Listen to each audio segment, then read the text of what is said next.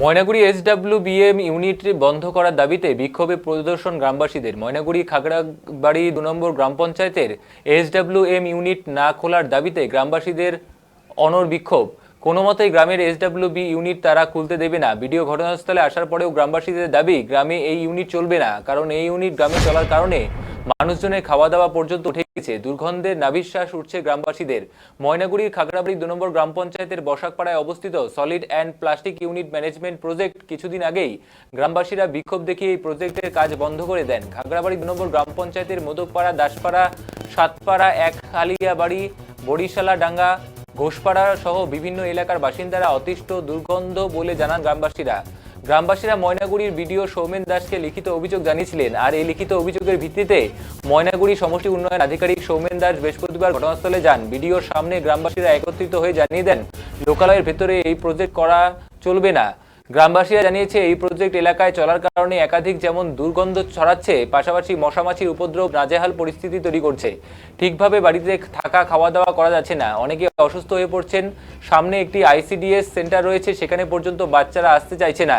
এলাকার বাসিন্দা সুজয় বসাক বলেন, আমরা গ্রামবাসীরা একটি জনস্বাস্থ্য ঐক্য মঞ্চ নামে কমিটি গড়ে তুলেছি। আমরা গ্রামের বাসিন্দারা বাঁচতে চাই, এলাকার উন্নয়নমূলক কাজ হোক, সকলেই চাই, কিন্তু এই ইউনিট চলবে না। অপর বাসিন্দা অক্ষয় মণ্ডল, অনিমেষ কর, বিনোদিনী দেবনাথ, প্রতিমা মণ্ডল বলেন, আমাদের এই সমস্যা নিয়ে আমরা ব্লক প্রশাসনকে লিখিতভাবে জানিয়েছিলাম। তিনি ঘটনাস্থলে এসেছিলেন, কিন্তু আমরা পরিষ্কার জানিয়ে দিয়েছি এই ইউনিট এখানে আমরা করতে দেব না। এখানে শুধু ময়নাগুড়ি নয়, বাইরে থেকেও বর্জ্য আসছে।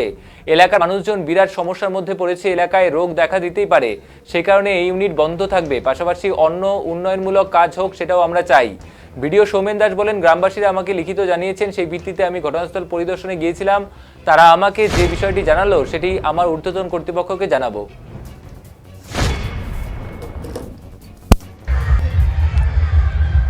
আজকে আপনারা কি করলেন এখানে? আজকেও আমরা বিক্ষোভ দেখিয়েছি।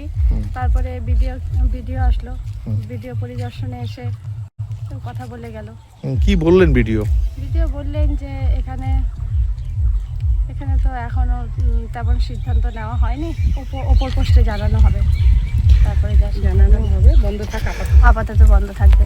মানে আপনারা বিক্ষোভ দেখানোর পরে কি ভিডিও আসছিল না? ভিডিও আসছে তারপর আমরা বিক্ষোভ দেখানোর পরে আসছে। আমার নাম সুজয় বসাক। বললাম, এই আজকে আপনারা যে আমাদের solid and West plastic waste ম্যানেজমেন্টের গেটে কি করলেন আপনারা? আমরা তো এটা মানে যেদিন হচ্ছে ভোট গণনা হয় তারপরে এখানে তালা মেরে রেখেছিল গ্রামবাসীরা আমাদের এখানে। আজকে কি করলেন? আজকে এখানে হচ্ছে ভিডিও এসেছিল ভিজিট করতে, তো ভিডিওর সাথে আলোচনা হলো, ঠিক আছে।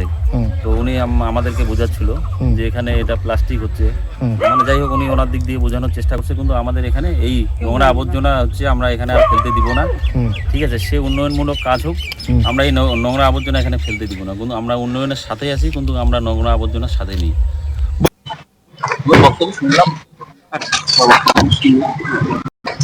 কিন্তু এই ময়নাগুড়ি পুরসভার থেকে তো এখন যে সাপোর্ট হয়েছিল যে বিষয়টা, ওই জিনিসটা তো বন্ধ থাকছে। মালপত্র এই মুহূর্তে আমি কোনো কিছু বলার আলোচনা কি ফলপ্রসূ হলো স্যার?